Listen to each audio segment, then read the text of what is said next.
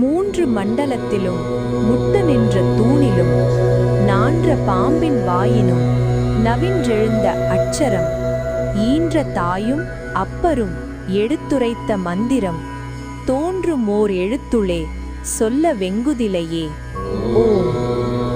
இந்த மூன்று உலகங்களிலும் ஆரம்பமும் முடிவும் இல்லாத அந்த தூணிலும் ஒரே பரம்பொருள் நிறைந்து நிற்கிறது.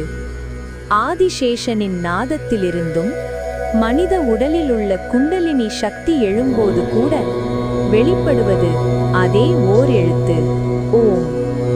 அம்மையாரும் அப்பர் பெருமானும் தங்கள் அனுபவத்தில் உணர்ந்து உலகிற்கு எடுத்துரைத்த மந்திரம் இந்த ஒரே எழுத்தே.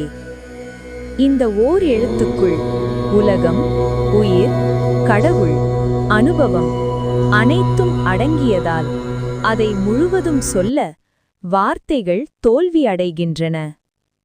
உலகங்களிலும் தூணிலும் நாதத்திலும் சித்தர்களின் அனுபவத்திலும் ஒரே எழுத்து ஓம்.